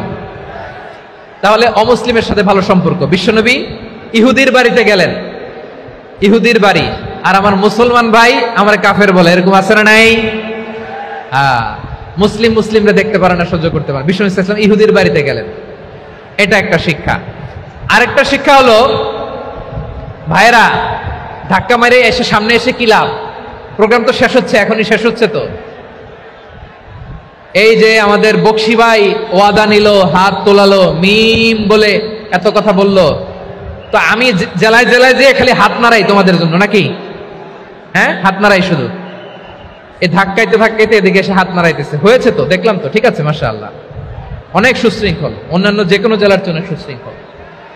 আমার দিকে তাকাও, আমার দিকে তাকাও, ঠিক আছে। এই যে দাঁড়িয়ে আছে, একটা ছেলে নড়ে না, দেখছেন? মাশাআল্লাহ, মাশাআল্লাহ, মাশাআল্লাহ। হ্যাঁ, এইভাবেই। আর কয়েকটা মজাদার কথা আছে, শোনো। এই হাদিস থেকে আমাদের শিক্ষা হলো, আমার প্রতিবেশী যেই ধর্মের হোক আমি সম্পর্ক রাখবো। অসুস্থ হলে যাব, কি বলেন ভাইরা? যাবেন না? যাবেন না আপনারা? আচ্ছা, 2 নম্বর শিক্ষা হলো, বিষ্ণু ইসলামের খাদেম ছিল ইহুদি, এতদিন খেদমত করলো, একদিনও বিশ্বনবী ওরা কালিমার দাওয়াত দেয় নাই। কারণ কি? বিশ্বনবী একটা ভালো সময়ের অপেক্ষা করতেছিলেন, প্রপার টাইমিং। দাঈর কাজ হচ্ছে দাঈ ইলাল্লাহ, সে হচ্ছে সুযোগ সন্ধানী। দাঈ সুযোগ খোঁজে, কখন দাওয়া দিলে ব্যাটে বলে হবে, ঝোপ বোঝে কোপ মারে, ঠিক কিনা বলেন? বিষ্ণু ইসলাম ভালো সময়ের অপেক্ষা করতেছিলেন, দেখি ভালো সময় আসুক আসুক আসুক আসুক। আস্তে আস্তে এমন সময় আসছে, ছেলে এবার মুমূর্ষ। অসুস্থ ব্যক্তির হৃদয় অত্যন্ত নরম থাকে, হসপিটালে যখন কেউ যায় তার হৃদয়টা বড্ড নরম থাকে, মৃত্যুর ভয়ে তার অন্তরটা নরম থাকে, ঠিক কিনা বলেন? এই প্রপার টাইমিং এর অপেক্ষা করতেছিলেন। যখনই টাইমিং পেয়েছেন, দাওয়াত দিলেন, পড়ো লা ইলাহা ইল্লাল্লাহ, সুবহানাল্লাহ পড়েন সবাই। তাহলে ইসলাম অমুসলিম প্রতিবেশীর সাথে ভালো আচরণ করতে বলে। ইসলাম অমুসলিম মাতা পিতার সাথেও ভালো আচরণ করতে বলে। মাতা পিতা যদি অমুসলিম হয়, তারা ফেলে দিতে পারবেন? পারবেন? আমার লালমনিরহাটের ভাইরা, অনেক হিন্দু ছেলে আমাদের হাতে শাহাদা পড়ে মুসলিম হয়, কিন্তু ওর মা মুসলমান হয় নাই, বাবাও হয় নাই, এরকম আছে না নাই? তো ও হয়েছে মুসলিম, মা বাপ হিন্দু, এখন মা বাপ কি বাদ? হ্যাঁ, মা বাপ বাদ দেয়া যাবে? যেই মা আপনারে 9 মাস 8 মাস পেটে ধারণ করলো, আপনার মায়ের নার ছেঁড়া ধন, আপনি ওই মারে বাদ দিতে পারবেন? যে মায়ের বুকের তাজা দুধ খেয়ে আপনি আজকে বাড়ন্ত তাজা তরতাজা, ওই মারে বাদ দেয়া যাবে? মায়ের এক ধারে দুধের দাম, কাটিয়া গায়ের চাম, পাপুষ বানাইলেও ঋণের শোধ হবে না, এমন দরদি ভাবে কেউ হবে না আমার মাহা গো। মায়ের এক ধারে দুধের দাম, কাটিয়া গায়ের চাম, পাপুষ বানাইলেও ঋণের শোধ হবে না, এমন দরদি ভাবে কেউ হবে না আমার মাহা গো, ঠিক না? মাকে তো বাদ দেয়া যায় না। وَقَضَى رَبُّكَ أَلَّا تَعْبُدُوا إِلَّا إِيَّاهُ وَبِالْوَالِدَيْنِ إِحْسَانًا। আল্লাহ বলে, অবধারিত 2টা ভার্ডিক্ট তোমাদের জন্য, এক আল্লাহর ইবাদত করবা আর মা বাবার প্রতি ইহসান করবা। আদেশটা কার? মা বাবার প্রতি ইহসান করতে হবে। আমার মা হিন্দু হোক, ভালো আচরণ করতে হবে, বৌদ্ধ হোক, ভালো আচরণ করতে হবে। আমার যে সমস্ত হিন্দু ভাইয়েরা মুসলিম হয়েছে, তোমাদের মা বাবা এখনো মুসলমান হয় নাই, তাদের সাথে ভালো আচরণ করতে হবে। আপনাদের খেদমত নিজে করতে হবে, অথবা খেদমতের ব্যবস্থা করাই দিতে হবে। মান্থলি যে খরচ লাগে এটা দিতে হবে। আরে তুমি এখন মুসলিম, তোমার মা বাবা হিন্দু, এখনই তো সুযোগ ইসলামের সৌন্দর্য দেখানো। এখন মা বাবা যদি দেখে, আরে এটা হিন্দু থাকতে তো বদমাইশ ছিল, বেয়াদব ছিল, কি এমন ধর্ম সে গ্রহণ করলো যেটা গ্রহণের সাথে সাথে সে পাল্টে গেল? কি এমন ধর্ম সে গ্রহণ করেছে যেটা তার জীবনকে আলোকিত করে দিয়েছে? নসিব ভালো হইলে তারাও কালিমা পড়ে মুসলমান হয়ে যাবে। বিষ্ণু ইসলামের স্ত্রীর নাম ছিল আয়েশা রাদিয়াল্লাহু তাআলা আনহা, আবু বকর রাদিয়াল্লাহু তাআলা আনহুর মেয়ে। আবু বকর রাদিয়াল্লাহু তাআলা আনহুর আরেক মেয়ের নাম হচ্ছে আসমা। কি নাম? দুজনই আবু বকর রাদিয়াল্লাহু তাআলা আনহুর মেয়ে, আসমা আর আয়েশা। নাম দুইটা কেমন লাগে? আসমা নামটা কেমন লাগে? আয়েশা নামটা কেমন লাগে? সবার ভালো লাগে নাই? নাম দুটো আপনাদের ভালো লাগে? লালমনিরহাটে অনাগত যদি কন্যা সন্তান হয়, যদি মনে চায় আসমা রেখে দিতে পারবেন, যদি মনে চায় আয়েশা রেখে দিয়েন। দেশে বিদেশে এয়ারপোর্টে রাস্তাঘাটে শুধু বলে হুজুর একটা নাম দেন, আমার ছেলের একটা নাম দেন, মেয়ের একটা নাম দেন। তো আমার মনে আছে যশোরের 8 দিনের মাহফিলে আমি একটা দুইটা নাম দিয়েছিলাম। আজকে লালমনিরহাটের এই প্রোগ্রামে কন্যা সন্তান যদি হয় দুটা নাম দিলাম, আসমা কিংবা আয়েশা। ইনশাআল্লাহ পড়েন। দুজন বোন, এক মায়ের না, বাবা এক মা দুইজন। আয়েশা রাদিয়াল্লাহু তাআলা আনহার মায়ের নাম উম্মে রুমান, আর আসমা রাদিয়াল্লাহু তাআলা আনহার মায়ের নাম কুতাইলা বিনতে আব্দুল উজ্জা। আবু বকর রাদিয়াল্লাহু তাআলা আনহু 4টা বিয়ে করেছিলেন। তো একই ঘটনা ঘটেছে এই ফ্যামিলিতে। আসমা ইসলাম ধর্ম গ্রহণ করে মুসলিমা, কিন্তু তার মা কুতাইলা মুশরিকা। আই রিপিট, বোঝার জন্য আমি আবারও বলি, আসমা রাদিয়াল্লাহু তাআলা আনহা মুসলিমা, আর আসমার মা কুতাইলা। আওয়াজ করে বুঝে থাকলে বলেন, আসমার মা মুশরিকা। তার মানে মেয়ে মুসলিম, মা অমুসলিম। ভেজাল আছে না নাই? কিন্তু কুতাইলা আর ধৈর্য ধারণ করতে পারে না। নার ছেড়া ধন, কলিজার টুকরা ধন, কলিজার টুকরা সন্তান আসমারে দেখতে বড্ড মন চায়। সাইয়েদনা আসমা রাদিয়াল্লাহু তাআলা আনহা মক্কা থেকে হিজরত করে মদিনায় চলে গেলেন হুদাইবিয়ার পর। যখন মক্কা মদিনার ট্রাফিক স্বাভাবিক হলো, মক্কার লোক মদিনায় যায়, মদিনার লোক মক্কায় আসে। কুতাইলা কলিজার টুকরা সন্তান আসমারে দেখার জন্য কিছু উপহার নিয়ে বিশাল মরুপথ পাড়ি দিয়ে মক্কা থেকে মদিনায় যায়। সুবহানাল্লাহ বলেন। এখন মা আসছে মেয়ের সাথে দেখা করতে, মেয়ে তো আর দেখা দেয় না। মেয়ে ভাবছে আমার মা তো মুশরিকা, অপবিত্রা, তার সাথে কি দেখা দেয়া যাবে? বিশ্বনবীর দরবারে চলে গেলেন। সুবহানাল্লাহ বলেন। কি সৌভাগ্যবান ছিল তারা, মাসলা জানার দরকার হলেই নবীর দরবারে চলে যেত। ঘরে বউয়ের সাথে ঝগড়া হলে নবীর দরবারে চলে যেত। অনেক সাহাবী বলে আমার পেটে ক্ষুধা লাগলেও আমি নবীর কাছে চলে যেতাম, কারণ নবীর চেহারার দিকে তাকালেই আমার পেটের ক্ষুধা মিটে যেত। সাইয়েদনা আসমা রাদিয়াল্লাহু তাআলা আনহা বিশ্বনবীর কাছে চলে গেলেন, যে বললেন ইয়া রাসূলুল্লাহ ইয়া হাবিবাল্লাহ ইন্না উম্মি কাদিমাতুন ইলাইয়া ওয়া হিয়া রাগিবা। আমার মা মক্কা থেকে অনেক দূর মরুর পথ পাড়ি দিয়ে উপহার সামগ্রী নিয়ে মদিনায় আমার সাথে দেখা করতে এসেছে গো নবী। আমার জানতে বড্ড ইচ্ছে হয় আমি আমার মুশরিকা মাখা করতে পারবো কিনা। আফা আসিলুহা, আগে যেমনি আমি আমার মায়ের সাথে ভালো আচরণ করতাম, যেমনি আমি আমার মায়ের সাথে সদাচরণ করতাম গো নবী, এখন আমি মুসলিমা, মা মুশরিকা, এখনো কি আগের মতো সদাচরণ করতে পারবো নাকি? বিশ্বনবী বললেন নাম সিলিহা, হ্যাঁ রে আসমা, অবশ্যই অবশ্যই, আগে ঠিক যেমন তুমি তোমার মায়ের সাথে ভালো আচরণ করতে, এখনো তেমনি আগের মতো ভালো আচরণ করবা। আওয়াজ করে পড়েন সুবহানাল্লাহ। কি ইসলাম আমরা পেয়েছি! কত ব্রড মাইন্ডেড আমাদের ইসলাম, কত ওপেন মাইন্ডেড ইসলাম, কত ওপেন আপ করতে পারে, চিন্তা করতে পারেন। বিষ্ণু বললেন হ্যাঁ অবশ্যই, নাম সুলিহা, আগে যেমনি ভালো আচরণ করছো আসমা, এখন ওইরকমই করো, পারলে আরো বাড়ায় করো। সুবহানাল্লাহ বলেন। তাহলে আমার যে হিন্দু ভাইয়েরা, হিন্দু বোনেরা, ইমানের বদৌলতে দৌলতে আপনি ধন্য হয়েছেন, আপনার আম্মা আব্বা এখনো মুসলমান হয় নাই, তাদের জন্য দোয়া করেন, তাদের জন্য দোয়া করেন, আল্লাহ যেন তাদেরকেও ইমানের দৌলত দান করে। আমরা সবাই পড়ি আমিন, আরো জোরে পড়েন আমিন। এখন বলেন, ইসলাম কি ন্যারো মাইন্ডেড রিলিজিয়ান না ব্রড মাইন্ডেড? লালমনিরহাটের যুবক ভাইরা আওয়াজ করো, ইসলাম কি ন্যারো মাইন্ডেড না ব্রড মাইন্ডেড? কতটা ব্রড মাইন্ডেড দেখেন। বিশ্বনবী সাল্লাল্লাহু আলাইহি সাল্লাম অমুসলিমরা যদি নবীকে উপহার দিত, ওই উপহারও বিশ্বনবী গ্রহণ করতেন। সুবহানাল্লাহ পড়েন। আপনার অমুসলিম বন্ধু যদি উপহার দেয়, সেটাও আপনি নিতে পারবেন, যেটা নেওয়া জায়েজ। কিন্তু আপনার বন্ধু যদি আপনার মদের বোতল দেয়, নিতে পারবেন? হ্যাঁ, মদের বোতল দিলে পারবেন না। আপনার বন্ধু যদি আপনার পর্ক দেয়, পর্ক, শুকরের গোশত মিশ্রিত কোনো খাবার, ওটা নিতে পারবেন না। হালাল যে কোনো জিনিস নিতে পারবেন। বিশ্বনবী সাল্লাল্লাহু আলাইহি ওয়াসাল্লাম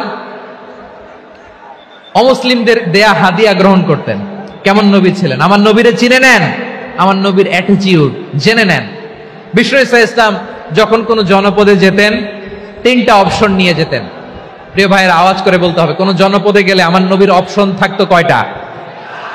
আমার মতো 3 আঙ্গুল উঁচু করে দেখান আর বলুন, আমার নবী কোন জনপদে গেলে কয়টা অপশন নিয়ে যেতেন?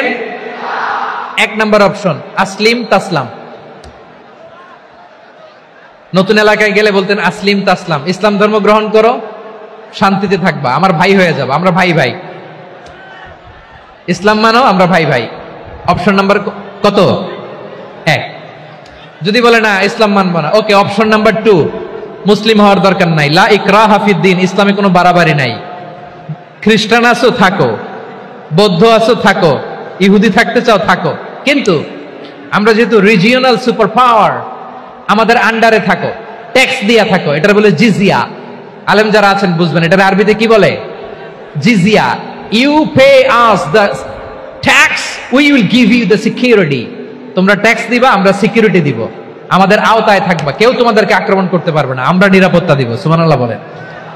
এটা অপশন নাম্বার কত? আচ্ছা, বুঝে থাকলে বলেন 1 নাম্বার অপশন কি ছিল? ইসলাম। ইসলাম মানো, শান্তিতে থাকবা, ভাই ভাই, আমরা ভাই ভাই। অপশন নাম্বার 2, ট্যাক্স দাও, আমরা নিরাপত্তা দিব, মুসলিম হওয়া লাগবে না। এখন 1 নাম্বারও মানে না, 2 নাম্বারও মানে না, মুসলিম হবো না, ভালো, খ্রিস্টান থাকো, ট্যাক্স দাও, আমরা সিকিউরিটি দিব না, এটাও মানি না। বিষ্ণু বলেন তাহলে তলোয়ার আমাদের আর তোমাদের মাঝে ফয়সালা করবে। মুসলিমও হবো না, ট্যাক্স দিবা, নিরাপত্তা দিব, আমরা সুপার পাওয়ার, আমাদের আন্ডারে থাকবে, এটাও না। তাহলে তোমাদেরকে তো আমরা বিশ্বাস করতে পারি না, কখন না কখন বিশ্বাসঘাতকতা করো, কার সাথে মিলে হাত মিলাও, তলোয়ার আমাদের মাঝে ফয়সালা করবে। তখন তিনি জেহাদের সশস্ত্র সংগ্রামের ঘোষণা দিতেন। সুবহানাল্লাহ পড়েন। দেখেন, পশ্চিমারা জেহাদকে এইভাবে চিত্রায়িত করে না। ওরা জেহাদ বলতে বোঝায় তলোয়ার, হাত কাটো, গলা কাটো, না। জেহাদ সশস্ত্র সংগ্রাম 3 নম্বরে। অধিকাংশ ক্ষেত্রেই বিশ্বনবীর সুন্দর আচরণ দেখে, আরে আমার নবীর যে নুরানি চেহারা, অনেকে তো কেবল সিরেফ চেহারাটা দেখেই কালিমা পড়ে মুসলমান হয়ে গিয়েছে। যারা মুসলিম হয় নাই তারা তাদের ইসলামেই বলবৎ ছিল, ট্যাক্স দিয়ে ইসলামের আন্ডারে ছিল। যারা এটাও মানে নাই, ওইটাও মানে নাই, তাদের বিরুদ্ধে জেহাদ। বিষ্ণু ইসলাম 7ম হিজরিতে যখন খায়বার বিজয়ের পরে ইসলাম রিজিওনাল সুপার পাওয়ার হিসেবে আত্মপ্রকাশ করলো, বিশ্বনবী চিঠি লিখলেন অন্যান্য সুপার পাওয়ারের কাছে, রাষ্ট্রীয় চিঠি লেখে এক রাষ্ট্রপ্রধান আরেক রাষ্ট্রপ্রধানের কাছে। ঠিক কিনা বলেন? জানেন না আপনারা? এই যে 24-এর ছাত্র নাগরিক অভ্যুত্থানে, এই অভ্যুত্থান যখন শুরু হয়, আমি তখন সাউথ আফ্রিকাতে, একটা স্ট্যাটাস দিয়েছিলাম, কোটা নয়, গোটা দেশ সংস্কার করা লাগবে। শুধু বাংলাদেশ নয়, সারা বিশ্বের বাংলা ভাষাভাষী লোকেরা এই আন্দোলনের সাথে সমর্থন তারা করেছে, এটাকে সাপোর্ট করেছে, তারা সমর্থন দিয়েছে। আমাদের ইউনাইটেড আরব আমিরাতের বাংলাদেশি ভাইরা, তারা সেখানে রাস্তায় নেমে এসেছিল, জানেন? ওইখানে ডেমনস্ট্রেশন করা যায় না, সেখানকার সরকার তাদেরকে যাবজ্জীবন দিয়েছিল। তখন আমাদের এই যে প্রধান উপদেষ্টা ডক্টর মোহাম্মদ ইউনূস সরাসরি G2G বলে, এটারে G2G, government to government, G2G, উনি চিঠি লিখলেন যে তাদেরকে, ইউর হাইনেস, হে সম্মানিত আমির, আপনি আমার এই চিঠির কারণে আমার সম্মানে এই 53 জন বাংলাদেশিকে মাফ করে দেন। এই চিঠির বদৌলতে বেকসুর খালাস পেয়ে গিয়েছিল আমাদের ভাইরা। জানেন না এই ঘটনা আপনারা? তাহলে গভর্নমেন্ট টু গভর্নমেন্ট চিঠি দেওয়া হয়। 7ম হিজরিতে বিষ্ণু ইসলাম সব সুপার পাওয়ারের কাছে চিঠি দিলেন, রোমান সম্রাটের কাছে, পারস্য অধিপতির কাছে, মিশরের অধিপতির কাছে, সবার কাছে চিঠি লিখলেন। চিঠির ভাষা ছিল এরকম, মিন মুহাম্মাদিন রাসূলিল্লাহ ইলা মুকাওকিস আযীমিল কিবত, মুহাম্মদ রাসূলুল্লাহর পক্ষ থেকে মিশরের বাদশার কাছে, আসলিম তাসলাম, ইসলাম মানো, শান্তিতে থাকবা, সালামুন আলা মান ইত্তাবাআল হুদা, শান্তি তার জন্য যে হেদায়েতের অনুসরণ করে। সুবহানাল্লাহ পড়েন। তো এই চিঠি অনেকে ভালোভাবে রিসিভ করেছে, অনেকে এই চিঠি পাওয়ার পরে নবীর কাছে আবার ইন রিটার্ন উপহার পাঠিয়েছে। কি পাঠিয়েছে? উপহার। মিশরের বাদশা মুকাওকিস তিনি বিশ্বনবীকে বিশাল এক উপহারের ডালি পাঠিয়েছেন। মিশরের বাদশা মুকাউকিস ছিলেন ধর্মে খ্রিস্টান। লালমনিরহাটের ভাইয়েরা আওয়াজ করে বলেন, মিশরের বাদশা ধর্মে কি ছিল? খ্রিস্টান। কি উপহার দিয়েছিল আমার নবীকে? শুনতে মনে চায়? আওয়াজ নাই লালমনিরহাটের গলায়, শুনতে মনে যায়? 1000 স্বর্ণ মুদ্রা, 1000 স্বর্ণ মুদ্রা। 2টা খ্রিস্টান দাসী, একজনের নাম মারিয়া বিনতে শামউন আল কিবতিয়া, আরেকজনের নাম সিরিন বিনতে শামউন আল কিবতিয়া। একজন খ্রিস্টান দাস 20 থান কাপড় জামা বানানোর জন্য, আমরা নবী যেন সেলাই করে জামা বানাতে পারে এজন্য 20 থান কাপড়, 20 থান ফাইন গার্মেন্ট, সুবহানাল্লাহ পড়বেন না? এরপরে একটা গাধা যেটার নাম ছিল উফাইর, আর একটা খচ্চর, এটার নাম ছিল দুলদুল। খচ্চর চিনেন? গাধা আর ঘোড়ার ক্রসিং এ যে প্রাণীটা দুনিয়াতে আসে এটার খচ্চর বলে। তো এই যে সুপার পাওয়ার, খ্রিস্টান বাদশার কাছে নবী চিঠি লিখলেন, ওই খ্রিস্টান বাদশা আমার নবীকে উপহার দিল। বিশ্বনবী এই উপহারগুলো সানন্দে গ্রহণ করেছেন। সুবহানাল্লাহ পড়বেন না? তাহলে অমুসলিম কেউ যদি আপনাকে উপহার দেয়, হালাল উপহার হলে আপনি গ্রহণ করতে পারবেন। অনুরূপ ভাবে পারস্যের বাদশা, রোম সম্রাট বিশ্বনবীকে উপহার পাঠিয়েছেন, আমার নবী সবগুলো উপহার গিফট গ্রহণ করেছেন। সুবহানাল্লাহ বলেন। তাহলে প্রিয় লালমনিরহাট, আওয়াজ করে বলুন, ইসলাম কি ন্যারো মাইন্ডেড রিলিজিয়ন না ব্রড মাইন্ডেড? আম্মাজান আয়েশার কাছে মাসালা জানতে চায় মেয়েরা, হে আম্মাজান, অগ্নি উপাসকেরা তাদের ঈদের দিন নওরোজের সময় আমাদেরকে পাখি দেয়, নেওয়া যাবে? উনি বললেন, ওরা জবাই করে দিলে নেওয়া যাবে না, কিন্তু ওরা যদি ফলমূল এরকম খাবার দেয় এগুলো নেওয়া যাবে। তার মানে অমুসলিমদের দেয়া উপহার এটা গ্রহণ করা যায়। সুবহানাল্লাহ বলেন। শুধু তাই নয়, বিষ্ণু ঈসা ইসলাম অমুসলিমদের সাথে আর্থিক লেনদেনও করেছেন, ফিনান্সিয়াল ডিলিং করেছেন। অমুসলিমদের সাথে প্রয়োজনে আপনি ফিনান্সিয়াল ডিলিং করতে পারবেন। আমরা প্রায় দেখি বাজারের মিষ্টির দোকানগুলো আমার হিন্দু ভাইদের। লালমনিরহাটে মিষ্টির দোকান, দইয়ের দোকান কারা চালায়? হিন্দুরা চালায় না? তারপরে যে বারবার শপ, চুল কাটে যে নাপিত, অধিকাংশ নাপিতের দোকানে কারা? আমার হিন্দু ভাইরা। তা আপনি চুল কাটতে পারবেন কিনা? পারবেন কিনা বলেন? পারবেন। তার দোকান থেকে দই মিষ্টি কিনতে পারবেন কিনা? হ্যাঁ, আমার মুসলিম ভাইয়ের দোকান থাকলে ওইটারে আমি বেশি প্রায়োরিটি দিব, ঠিক কিনা? কিন্তু যদি তাদের সার্ভিস নিতে চান, প্রোডাক্ট নিতে চান, পারবেন। তার দলিল সহিহ বুখারী, আম্মা জান আয়েশা রাদিয়াল্লাহু তাআলা আনহা বলেন, ইশতারা রাসূলুল্লাহ সাল্লাল্লাহু আলাইহি ওয়াসাল্লাম মিন ইয়াহুদিন তুআমান ওয়া রাহানাহু দিরআহু মিন হাদিদ। রাসূল সাল্লাল্লাহু আলাইহি ওয়াসাল্লাম এক ইহুদির কাছ থেকে, কার কাছ থেকে? সবাই বলে নাই কার কাছ থেকে? আমার নবী, পেয়ারা নবী এক ইহুদির কাছ থেকে জব কিনেছিল, জব, বার্লি, যেটা দিয়ে রুটি বানায়। ওই জবের দাম দেওয়া টাকা পয়সা নবীর কাছে ছিল না, ফলে নবী ওনার একটা পোশাককে মর্গেজ রেখেছিলেন, মর্গেজ, বন্ধক, যে এখন এটার দাম দিতে পারবো না, কয়েক কেজি বার্লি নিয়ে যাই আর বন্ধক হিসেবে আমার জামাটা রেখে গেলাম, যেদিন দাম দিব ওই দিন জামাটা ছুটায় নিয়ে যাব। সুবহানাল্লাহ পড়বেন না? বাকিতে নিছিলেন, বাকিতে। দিরআহু মিন হাদিদ, লোহার তৈরি বর্ম, মানে যুদ্ধের পোশাক, লোহা দিয়ে বানানো। বিশ্বনবী বললেন, কয়েক কেজি জব দাও, টাকাটা পরে দিব, এখন টাকা নাই, বন্ধক হিসেবে, মর্গেজ হিসেবে আমার জামা রেখে গেলাম, যখন টাকা দিব জামা ছুটায় নিব। আওয়াজ করে বলতে হবে সুবহানাল্লাহ।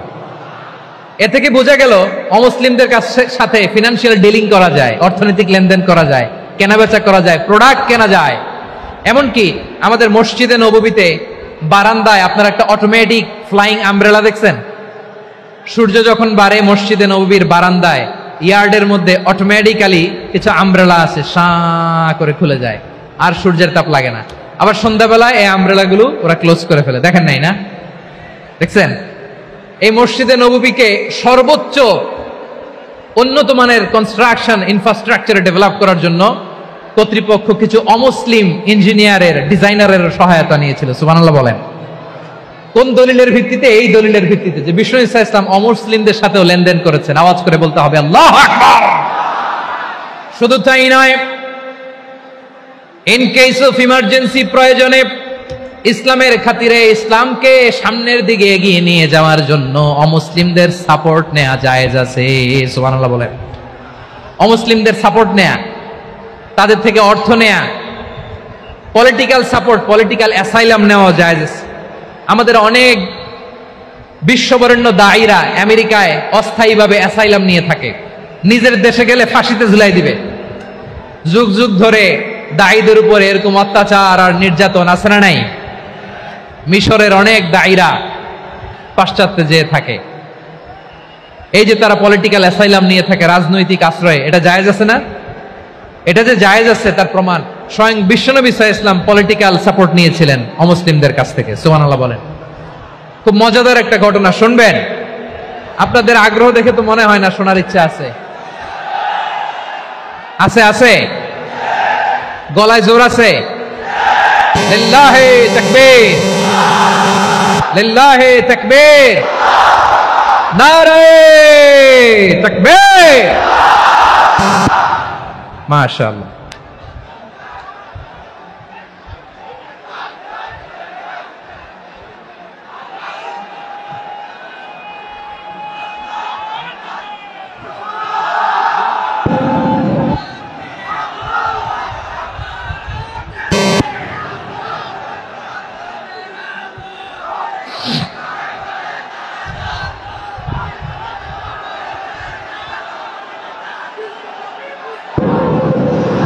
মাশাআল্লাহ মাশাআল্লাহ। থামুন থামুন আমার ভাইরা। বিশ্বনবীর বয়স তখন প্রায় 51 বছর। কত বছর? বিশ্বনবীর সবচেয়ে কাছের মানুষ খাদিজা রাদিয়াল্লাহু তাআলা আনহা ইন্তেকাল করেছেন। বিশ্বনবী বড্ড কষ্ট পেলেন, হৃদয়টা ভেঙে খান খান। যিনি ঘরের ভেতরে বিশ্বনবীকে সান্ত্বনা দিতেন, ভালোবাসা দিতেন, বাইরে গেলে কুরাইশরা বকাঝকা করে, অত্যাচার করে, কিন্তু আম্মাজান খাদিজা রাদিয়াল্লাহু তাআলা আনহা ঘরটারে এমন শান্তির নীড় বানায় রেখেছেন, এই ঘরের ভিতরে ঢুকলে বিশ্বনবীর কলিজাটা ঠান্ডা হয়ে যেত। এজন্য রব্বুল আলামিন বলেন, খাদিজা, ও আমার বান্দি খাদিজা, জান্নাতে এমন স্পেশাল একটা ঘর আমি তোমার জন্য রেডি করে রেখেছি। ওই ঘরের মধ্যে কোনো আওয়াজ নাই, ওই ঘরের মধ্যে কোনো নয়েজ নাই, ওই ঘরে কোনো বিশৃঙ্খলা নাই। কারণ মক্কার জমিনে আমার নবী কুরাইশদের বিশৃঙ্খলা, নয়েজ আর ঝামেলাগুলোকে উপেক্ষা করে যখন তোমার ঘরের ভিতরে ঢুকতো, ঘরটারে তুমি শান্তির নীড়, ঠান্ডা, নীরব, নিস্তব্ধ, নিঝুম আর শান্তির নীড় বানিয়ে রেখেছো। এজন্য জান্নাতে স্পেশাল একটা শান্তির নীড় আমি তোমারে উপহার দেব। ওই প্রিয়তমা স্ত্রী খাদিজা ইন্তেকাল করলেন, বিশ্বনবীর হৃদয় ভেঙে খান খান। আবার ওনার চাচা আবু তালেব ইন্তেকাল করলেন, যিনি পলিটিক্যাল শেল্টার দিতেন নবীকে। কে দিতেন? আবু তালেবের ভয়ে, বিশ্বনবীর এই চাচার ভয়ে কোনো মুশরিক নবীর গায়ে হাত দেওয়ার সাহস পায় নাই। এখন স্ত্রীও নাই, চাচাও নাই, নবীকে আশ্রয় দেওয়ার কেউ নাই। নবীর চারদিকে অন্ধকার। নবী এখন কই যাবেন? আমার পেয়ারা নবী নতুন স্টেশন খুঁজতেছেন, নতুন দাওয়াতি প্ল্যাটফর্ম খুঁজতেছেন। তিনি যায়েদ বিন হারেসা রাদিয়াল্লাহু তাআলা আনহুকে নিয়ে মক্কার পাশের একটা নেইবরিং সিটি তায়েফে চলে গেলেন। কোথায় চলে গেলেন? লালমনিরহাটের ভাইয়ের আওয়াজ করে বলেন, কোথায় গেলেন? তায়েফে চলে গেলেন দিনের দাওয়াত দেওয়ার জন্য। কি দেওয়ার জন্য? নাকি জমি কিনতে গেছিলেন? জমি কিনতে, দুনিয়ার যশ খ্যাতির জন্য, নিজের কোনো লাভের জন্য? তায়েফবাসীদেরকে জাহান্নামের আগুন থেকে বাঁচানোর জন্য। আওয়াজ করে বলতে হবে, ঠিক কিনা? বিশ্বনবী বিশাল মরুপথ, পাহাড়ি পথ পাড়ি দিয়ে তায়েফের মরুজমিনে গেলেন কোরআনের দাওয়াত নিয়ে, ইমানের দাওয়াত নিয়ে। কিন্তু তায়েফের লোকেরা বিশ্বনবীর দাওয়াতকে শুধু প্রত্যাখ্যান করেই থামে নাই, তারা বিশ্বনবীর সাথে অত্যন্ত খারাপ আচরণ করেছে।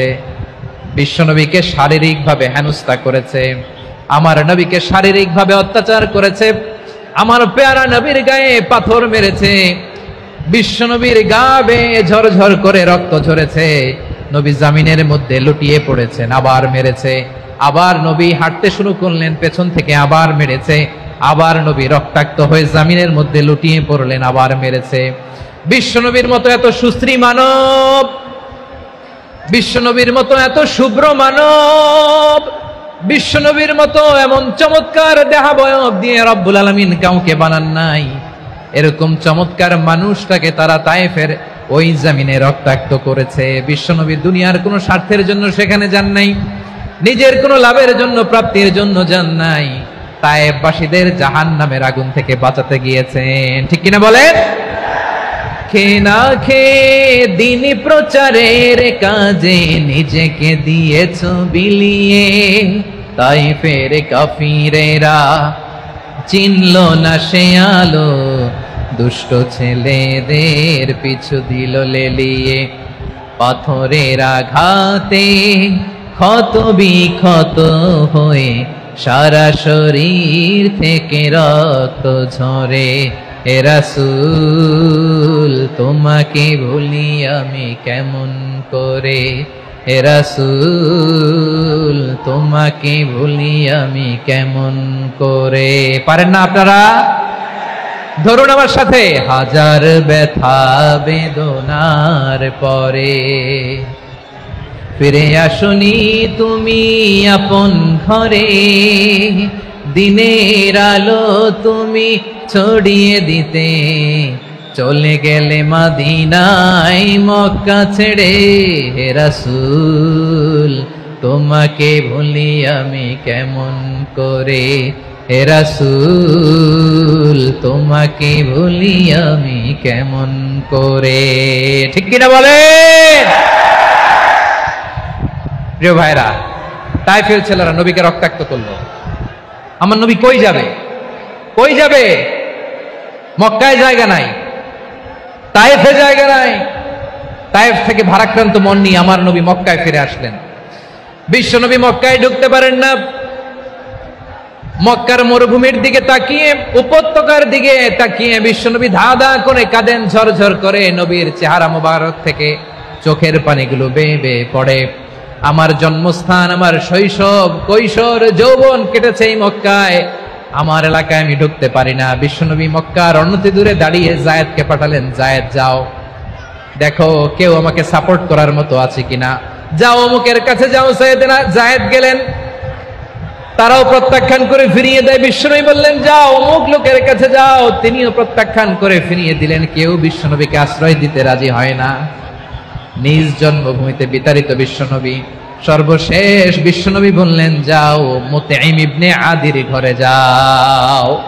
মুতঈম ইবনে আদি মুশরিক, তার কাছে যাও। গেলেন, মুতঈম ইবনে আদি রাজি হয়ে গেল। সুবহানাল্লাহ বলেন। দেখেন, অনেক বিপদের সময়ও আমি নিজে সাক্ষী, সামাজিকভাবে, রাজনৈতিকভাবে কত ঝঞ্ঝা, কত ষড়যন্ত্র, কত কনস্পাইরেসি পাড়ি দিয়ে আমাদেরকে সামনে এগিয়ে যেতে হয়। এই শত্রুদের ভেতরেও একজনকে দাঁড় করিয়ে দেয় যে আল্লাহর কোরআনের জন্য রেডি হয়ে যায়। পড়েন সুবহানাল্লাহ। মুতঈম ইবনে আদি, আল্লাহ তার মনকে নরম করে দিলেন। মুতঈম বলে, মুহাম্মদ আমি তোমাকে আশ্রয় দিব। তার দুই ছেলেকে পাঠালেন, যাও খোলা তলোয়ার নিয়ে, স্কট দিয়ে, গার্ড অফ অনার দিয়ে মুহাম্মদকে মক্কায় ঢুকাও, আর বলো আমি আমান দেব। আমান কি দিব? আমান মানে সিকিউরিটি, নিরাপত্তা। সিকিউরিটি ছাড়া, আমান দেওয়া ছাড়া কেউ থাকতে পারতো না মক্কায়। দুই ছেলে বিষ্ণু ইসা ইসলামকে নিয়ে আসলো। নবী কাবার চারদিকে তাওয়াফ করলেন, নামাজ পড়লেন। আবু জাহেল, উতবা, শাইবা, ওয়ালিদ ইবনে মুগীরা সবাই দেখে, কেউ কিছু করতে পারে না। কারণ মুতঈম ইবনে আদি ঘোষণা দিয়েছেন আমি মুহাম্মদকে আমান দিয়েছি, মুহাম্মদের গায়ে যেন কেউ স্পর্শ না করে। আওয়াজ করে পড়েন সুবহানাল্লাহ। নবীর এই বিপদকালে মুহূর্তে মুতঈমের হৃদয়টারে নরম করে দিল কে? আচ্ছা, লালমনির হাটের ভাইয়েরা বলেন, এই মুতঈম কি মুসলিম ছিল না মুশরিক? সবাই বলতে হবে মুসলিম না মুশরিক? তাহলে মুশরিকের কাছ থেকে নবী পলিটিক্যাল অ্যাসাইলাম, আধুনিক রাষ্ট্রবিজ্ঞানের ভাষায় পলিটিক্যাল অ্যাসাইলাম যেটাকে বলে, রাজনৈতিক আশ্রয়, উনার আমান বা নিরাপত্তার এই ঘোষণায় তিনি মক্কায় ঢুকলেন। যতদিন নিরাপত্তা ছিল ছিলেন। মুতঈম যখন মারা গেল, বিষ্ণু ইসলাম হিজরত করে মদিনায় চলে গেলেন। সুবহানাল্লাহ।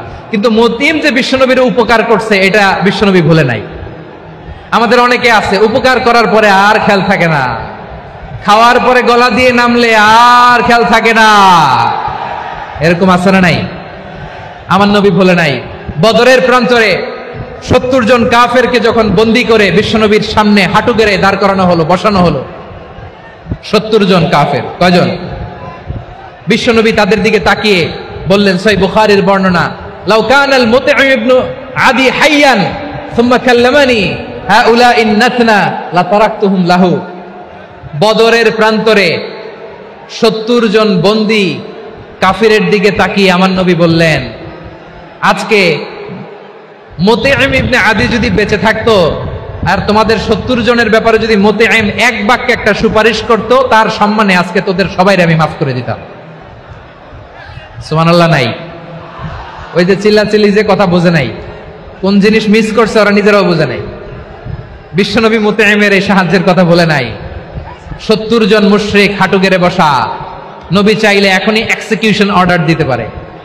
তিনি বললেন, আজকে যদি মুতঈম বেঁচে থাকতো আর মুতঈম যদি তোদের জন্য সুপারিশ করতে, এই আবর্জনাগুলোর ব্যাপারে সুপারিশ করতে, আমি মুহূর্তেই তোদেরকে এমনি মাফ করে দিতাম। এবার বলেন, ইসলাম কি ন্যারো মাইন্ডেড না ব্রড মাইন্ডেড? শুধু তাই নয়, যাকে যে সম্মান দেয়ার আমার নবী দিতেন, হোক আস্তিক হোক নাস্তিক, হোক মুসলিম হোক অমুসলিম। বিষ্ণু ইসলাম যখন রোমান সম্রাটের কাছে চিঠি লিখেছেন, আমার প্রিয় লালমনিরহাটের ভাইরা, অল্প কয়েক মিনিট কয়েকটা জরুরি কথা বলবো, এদিকে তাকান, এদিকে তাকান। রোমান সম্রাটের কাছে বিশ্বনবী যখন চিঠি লিখলেন মিন মুহাম্মদ রাসূলিল্লাহ ইলা হিরাকলা আযীমির রোম, মুহাম্মদের পক্ষ থেকে হিরাক্লিয়াসের কাছে, যিনি হচ্ছেন আযীমির রোম। এটা নবী নিজ থেকে বানায় লিখছেন অতিরিক্ত সম্মান দিয়ে। কোন রাষ্ট্রপ্রধান যখন আসে তাদেরকে আমরা কি বলি জানেন? তার নামের শেষে HE এটা লিখতে হয়, H.E. মানে হিজ এক্সেলেন্সি। কি লেখে? হিজ এক্সেলেন্টি, অথবা ইউর হাইনেস, ইউর ম্যাজেস্টি।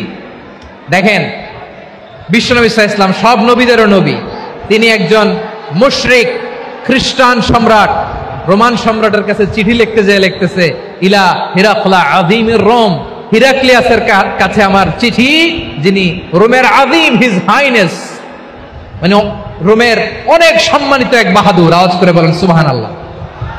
তার মানে যাকে যে সম্মান দেয়ার এটা বিশ্বনবী দিতেন। এমনকি যে ইহুদিরা ভালো ছিল, এই ইহুদিদেরও প্রশংসা করেছেন বিশ্বনবী মুহাম্মদুর রাসূলুল্লাহ সাল্লাল্লাহু আলাইহি ওয়াসাল্লাম। এক ইহুদির প্রশংসা করেছেন বিশ্বনবী। ইহুদির কার? আমি তো আমার ভাইয়ের প্রশংসা করি না, আমি তো এক আলেম আরেক আলেমরে স্পেস দেই না, আমি তো এক দায়ী আরেক দায়ীর সাথে বসতে চাই না। আমার নবী ইহুদির প্রশংসা করে। কার প্রশংসা? ওই ইহুদির নাম ছিল মুখাইরিক। সিরাত গ্রন্থ ঘাটলে পাবেন। তিনি বলেছেন, মুখাইরিক খাইরু ইয়াহুদ, Mukhairiq is the best of the Jews. জুইশদের মধ্যে সে সবচেয়ে ভালো। কেন প্রশংসা করলেন তার? এর কারণ মদিনা চার্টারে কথা ছিল সব ধর্মের মুসলিম, মুশরিক, ইহুদিরা মিলে মদিনাকে রক্ষা করবে। কিন্তু তৃতীয় হিজরিতে যখন উহুদের যুদ্ধ শুরু হলো, সবার কথা ছিল যেই আক্রমণ করে আমরা মদিনাকে বাঁচাবো। কোন শহরকে বাঁচাবো? মদিনাকে। কিন্তু কুরাইশরা যখন অ্যাটাক করলো, ইহুদিরা আর আসে না, ইহুদিরা আর বেরোয় না। বিষ্ণু বললেন, ওহে ইহুদিরা, তোমরা না চুক্তি করলে আমার সাথে যে মদিনা বাঁচাতে সবাই ঝাঁপিয়ে পড়বো, আসো। একটা ইহুদিও বেরোয় না, কেউ আসে নাই সেদিন, একজন ছাড়া। তার নাম মুখাইরেক। তার নাম কি? মুখাইরেক বাহাদুরের মতো ঘোড়সাওয়ার হয়ে বেরিয়ে গেলেন এবং বললেন, গোটা ইহুদি সাম্রাজ্যের একজনও যদি না আসে, আমি মুখাইরেককে কেউ ঘরে আটকে রাখতে পারবে না। বেরিয়ে আসলেন, এসে বললেন, আমি মুহাম্মদের পক্ষে যুদ্ধ করব। আমি মারা গেলে আমার সম্পদ আমার উত্তরাধিকারীরা পাবে না, আমার সম্পদ তোমরা মুহাম্মদকে দিয়ে দিবা। সুবহানাল্লাহ বলেন।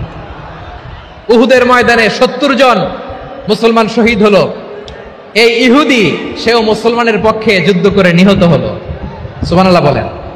মুসলিমদের লাশ যখন নিয়ে আসা হলো, এই মুখাইরিকের লাশও নিয়ে আসা হলো। মুসলিমদের লাশের পাশে মুখাইরিকের লাশ দেখে বিশ্বনবী মুখাইরিকের প্রতি অনেক খুশি হলেন। আর বিশ্বনবী খুশি হয়ে বললেন, মুখাইরিক খায়রু ইয়াহুদ, মুখাইরিক যদিও তুমি ইহুদি, তারপরে তুমি সব ইহুদিদের মধ্যে সেরা ইহুদি। পড়েন সুবহানাল্লাহ। আমার নবী ইহুদিকেও সম্মান দিতে কার্পণ্য করে নাই। আওয়াজ করে বলেন আল্লাহু আকবার। প্রিয় ভাইরা, এবার সর্বশেষ আওয়াজ করে বলেন, ইসলাম কি ন্যারো মাইন্ডেড নাকি ব্রড মাইন্ডেড? সবাই বলেন, ন্যারো মাইন্ডেড না ব্রড মাইন্ডেড? এজন্য অমুসলিম হইলেই তারা আমাদের শত্রু নয়। শত্রু কারা? এই লালমনিরহাটের ভাইয়েরা শোনেন, শত্রু কারা? যে সমস্ত অমুসলিম আমাদেরকে নিশ্চিহ্ন করে দিতে চায়, যে সমস্ত অমুসলিম আমাদের ভূখণ্ড থেকে আমাদেরকে তাড়িয়ে দিতে চায়, যে সমস্ত অমুসলিম আমার ধর্ম নিয়ে তুচ্ছতাচ্ছিল্য করে চিল্লায় বলেন ঠিক কিনা, তারা আমাদের শত্রু। সাধারণ অমুসলিমরা আমার শত্রু নয়। এই যে হিন্দুরা থাকে এরা আমার ভাই, বৌদ্ধরা আমার ভাই, খ্রিস্টানরা আমার ভাই, ইহুদিরা আমার ভাই। তারা দিনই ভাই নয়, তারা মায়ের পেটের ভাই নয়, তারা মানবিক দিক থেকে ভাই। ও মানুষ, আমিও মানুষ। ইসলাম মানুষকে সম্মান করে, চিল্লায় বলো ঠিক কিনা। যারা আমাদের অস্তিত্বকে নিশ্চিহ্ন করতে চায়, যারা আমাদের ভূখণ্ডকে দখল করতে চায়, যারা আমাদেরকে নিয়ে মকারি করে, ফান করে, টিটকারি করে, আমার ধর্ম নিয়ে খেলা করে, তাচ্ছিল্য করে, ওদের বিরুদ্ধে আমাদের জিহাদ। সাধারণ মুসলিম আমাদের শত্রু নয়। আপনি জানেন নিউ ইয়র্কে, আমি তো নিউ ইয়র্কে ছিলাম অনেকদিন, ওখানে ফিলিস্তিনিদের পক্ষে যখন আমরা মিছিল করেছি, অনেক ইহুদি আমাদের সাথে মিছিলে দাঁড়িয়েছে। কারণ ওরাও জানে এই ভূখণ্ড ফিলিস্তিনিদের ভূখণ্ড। আওয়াজ করে বলো লালমনিরহাট ঠিক কিনা। ইসরায়েলের রাজধানী খোদ তেল আবিবে অনেক ইহুদিরা বেঞ্জামিন নেতানিয়াহু তার বিরুদ্ধে মিছিল করেছে। তো তারা কি আমাদের শত্রু? না। অনেক খ্রিস্টান আমাদের সাথে আমাদের স্বার্থ রক্ষায় আমাদের পাশে দাঁড়িয়েছে। খেয়াল রাখবেন, হিন্দু আর হিন্দুত্ববাদ এক নয়, ইহুদি ধর্ম আর জায়নিজম এক নয়। জায়নিজমের বিরুদ্ধে আমাদের সংগ্রাম, আমাদের জেহাদ, চিল্লায় বলেন ঠিক কিনা। এই যে ফিলিস্তিনের ভাইয়েরা, তারা তাদের স্বাধীনতা সংগ্রামের জন্য লড়াই করছে, করে যাচ্ছে, আমরা এটাকে সমর্থন জানাই, চিল্লায় বলো ঠিক কিনা। কাশ্মীরের ভাইয়েরা স্বাধীনতার জন্য সংগ্রাম করছে, আমরা সেই সংগ্রামকে সমর্থন জানাই, আওয়াজ করে বলো ঠিক কিনা। যারাই আমাদের ইসলামকে নিশ্চিহ্ন করতে চায় তাদের বিরুদ্ধে আমাদের সংগ্রাম, আওয়াজ করে বলতে হবে ঠিক কিনা। ওই সমস্ত দুর্বৃত্তদের সাথে আমাদের কোনো সম্পর্ক নাই। আমরা যদি ঐক্যবদ্ধ থাকতে পারি, ওই দুর্বৃত্তরা চান্স পাবে না। আমরা ঐক্যবদ্ধ থাকতে রাজি আছি। লালমনিরহাটের ভাইয়েরা, আমরা ঐক্যবদ্ধ থাকলে ওই দুর্বৃত্তদের কালো হাত ভেঙে দিতে আমাদের সময় লাগবে না। তাদের কালো হাত ভেঙে দিতে রাজি আছে মুসলমান? কারা কারা রাজি? দু হাত তুলে দেখাও।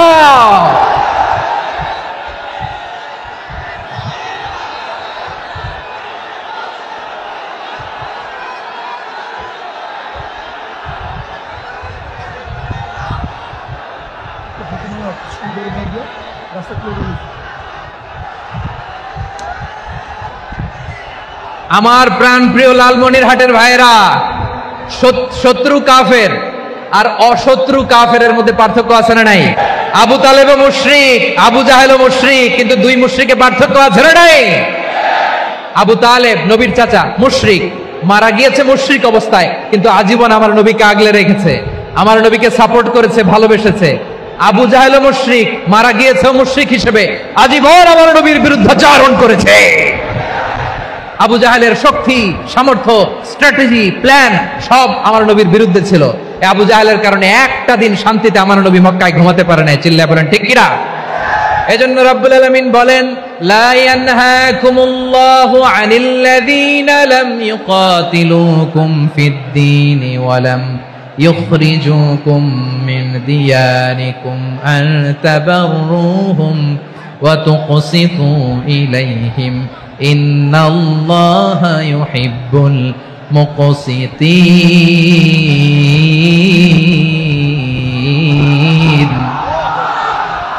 আল্লাহ বলে, গোলামেরা শোনো শোনো, যে সমস্ত অমুসলিম তোমাদের সাথে ধর্মযুদ্ধে লিপ্ত হয় না, তোমাদের বিরুদ্ধে যে সমস্ত অমুসলিম অস্ত্র ধরে না, যে সমস্ত অমুসলিম তোমাদেরকে তোমাদের জন্মস্থান থেকে, ভূখণ্ড থেকে তাড়িয়ে দেয় না, তাদের সাথে ভালো আচরণ করতে আমি আল্লাহ নিষেধ করি নাই।